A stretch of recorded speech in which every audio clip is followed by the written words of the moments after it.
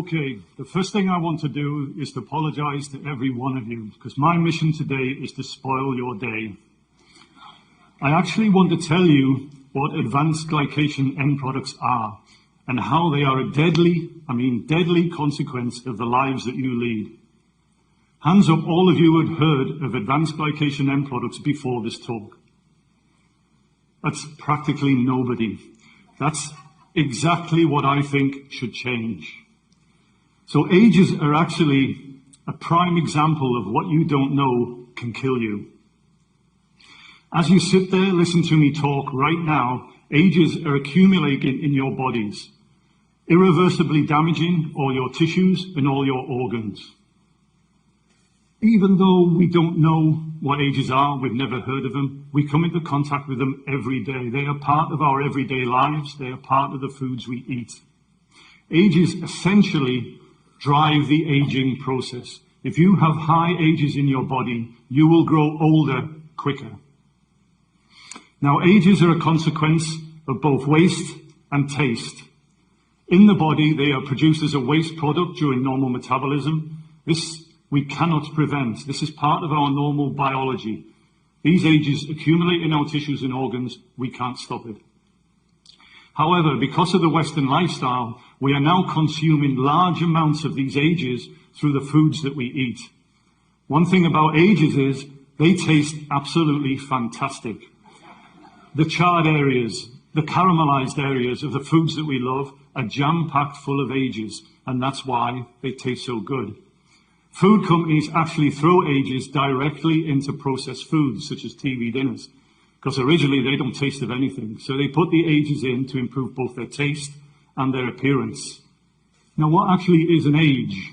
Ages are actually produced in a number of different ways, but one of the most common is when sugar comes into contact with protein, there's a spontaneous rearrangement, and they actually produce ages. This all happens in the body. The same thing happens when sugar comes into contact with fats. The same thing happens when sugar comes into your DNA. So you can see straight away, all our lifestyle are increasing these ages in the body, and that can't be a good thing. Now here's one for the women. Now one of the prime examples of the damage that ages can do is actually wrinkles in the skin. Ages can bind to the proteins that are in the skin. This dries the skin out, and this actually promotes wrinkles. If you imagine the same thing happening to all of your organs and all of the tissues in your body, that's one of the things ages can do to you. However, it's not the only thing. Ages promote inflammation in your joints and in your organs. They can mutate your DNA. They can even alter the way the cells in your body work. And that is why ages are actually associated with every chronic disease. And they're also associated with the 4 biggest killers: heart disease, diabetes, Alzheimer's, and cancer. Diabetics all have high age levels, and this leads to disease complications such as heart disease, amputations, and even death. Ages bind to your blood vessels, blocking the flow of blood. This leads to heart disease. It has been shown that there are large amounts of ages in the brains of Alzheimer's patients. My own research in the lab has shown that ages can actually make tumors grow quicker and may affect any chemotherapy a cancer patient is actually receiving. So you can see, lifestyle increases ages, ages promote aging, this leads to chronic diseases. So how do we reduce ages? How do we stay younger?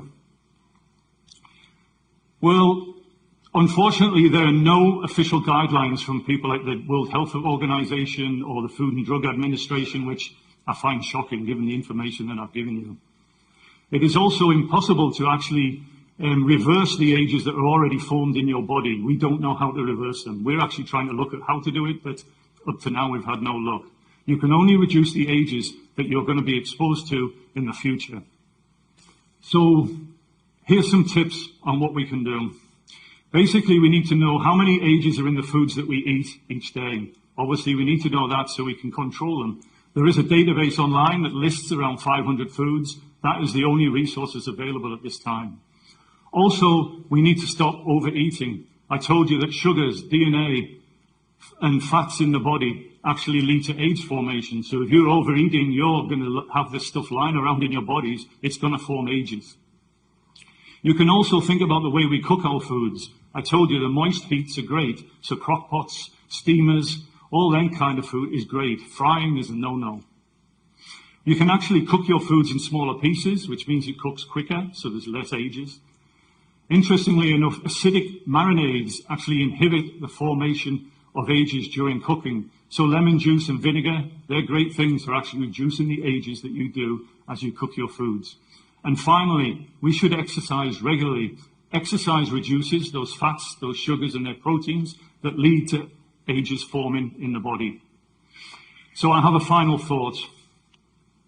Are we harming our children? Research indicates that our children are going to suffer a greater burden of chronic diseases than we will. They think this will mean that our children will not live as long as we do. I find that a frightening prospect. I believe that the ages in our children are accumulating at a faster and faster rate than ever before. I believe that this is contributing to the epidemic rise we see in adolescent diabetes. I think it also contributes to the fact that we are diagnosing cancer, Alzheimer's, and even heart disease in younger and younger people. So the next time that you make a meal for your family, or even every time you make a meal for your family, I would like you to think about this talk. I'd like you to think about the ages that you're putting into your foods. It may have a profound effect on your own health and your children's health. But I sincerely believe that we should know what advanced glycation end products are and how they affect our lives and how they affect our overall health. I hope now, after this talk, you feel the same way too. Thank you.